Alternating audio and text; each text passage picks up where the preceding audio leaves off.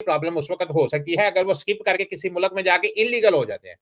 तो मेरे एक दो सवाल हैं कि मेरे अम्मी अबू उधर मैं फिनलैंड में रहता हूँ और मैं सिटीजन हूँ इधर का। और मेरा भाई स्पेन में होता है, उसकी वाइफ सिटीजन है स्पेनिश पर, उसके पास पीआर है। उसने 2 दफ़ा अम्मी अबू का अप्लाई किया था पाकिस्तान से, विजिट वीज़ा रिजेक्ट हो गया। सही है। तो चाह रहे हैं कि हम सोच रहे हैं, डिस्कस कर रहे हैं कि अगर हम उनको इधर बुलाएं विजिट वीज़े पे पहले और यहाँ से वो स्पेन चले जाएं फ्लाइट लेके फिनलैंड आने के बाद। तो सवाल ये है कि क्या मेरे लिए कोई प्रॉब्लम तो नहीं होगी इधर सिस्टम के अंदर शेंजन एरिया में कि मैंने उनको बुलाया है और वो स्किप हो गए हैं ऐसे? नहीं अशरफ भाई देखें, आप उनको जो है वो जो स्पॉन्सर करते हैं, स्पॉन्सर आप ये करते हैं, जो स्पॉन्सर में लिखा हुआ होता है कि आपके जो मामा पापा हैं वो स्पॉन्सर पे यहाँ पे आएंगे, आप गारंटी देते हैं और ये वीजा वैलिडिटी के अंदर अंदर जो है वो अपना मुल्क ये फिनलैंड जो है वो लीव करेंगे। ठीक है, जैसे ही आपके पेरेंट्स जो है वो यहाँ पे आते हैं, अगर एक दफा उनका विजिट वीजा लग जाता है तो आप उनको लेके साथ जो है वो स्टेट वे जो है वो ऑस्ट्रिया में चले जाएं और वीजा अगर उनको 90 दिन का मिलता है तो 90 दिन के अंदर अंदर वो लीगल हो जाएंगे, वो ओवरस्टे होंगे ही नहीं।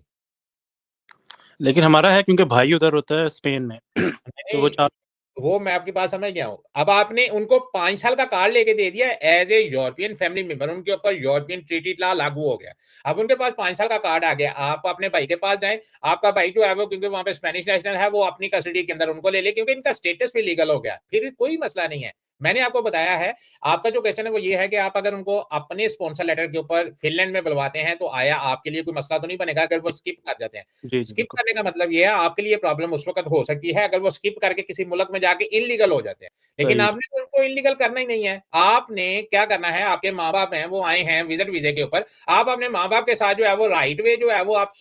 ऑस्ट्रिया में चले जाएं, वाकिन पे, वाकिन से मुराद ये है गुजरते किसी दफ्तर में चले जाए, उन्हें बताएं वहां पे कोई यार दोस्त होगा आपका ऑस्ट्रिया में, वहां पे जाके अपने घर का एड्रेस बनवाएं, अपने माँ बाप को साथ ले जाए, उनके वीजे शो करवाएं, अपने पासपोर्ट शो करवाएं, मैं यूरोपियन फैमिली मेंबर हूँ, ऑस्ट्रिया में रह रहा हूँ, अपने माँ बाप को जो है वो अपने राइट डेरिवेट करना चाहता हूँ। अंडर यूरोपियन ट्रीटी लॉ जो है वो फ्री मूवमेंट जो लॉ है उसके तहत आपके माँ बाप को जो है वो विद इन 45 डेज जो है वो वहां का 5 साल का कार्ड मिल जाएगा। अब आपके वाले साहब और वालदा का जो लीगल स्टेटस है वो विजिट वीजा से चेंज हो गया, as a European family member का आपके पास स्टेटस आ गया, एक्सटेंडेड फैमिली मेंबर का। अब अगर आप अपने आप को मजीद सिक्योर करना चाहते हैं तो आपने अपने माँ बाप को विजिट वीजे के ऊपर फिनलैंड में बुलवाया हुआ है, फिनलैंड से एक टिकट करवाएं, वापस भेज दिया, आपके माँ बाप के पास 5 साल का कार्ड है, आपके माँ बाप पाकिस्तान में चले गए, वहां पे जो एंट्री की पाकिस्तान में जो एंट्री की स्टैंप है वो लगा के आप उनको पेपर जमा करवा दें कि भी मेरी वो जिम्मेदारी पे वो फिनलैंड आए थे, उन्होंने विजिट किया, मुझे विजिट करने के बाद विद इन 90 डेज जो है वो जो है वो अपने मुल्क वापस चले गए। अगले दिन वहां से टिकट लें, अपने बेटे के पास आ जाए, वहां पे आके उसकी बेस के ऊपर वहां पे आके 5 साल का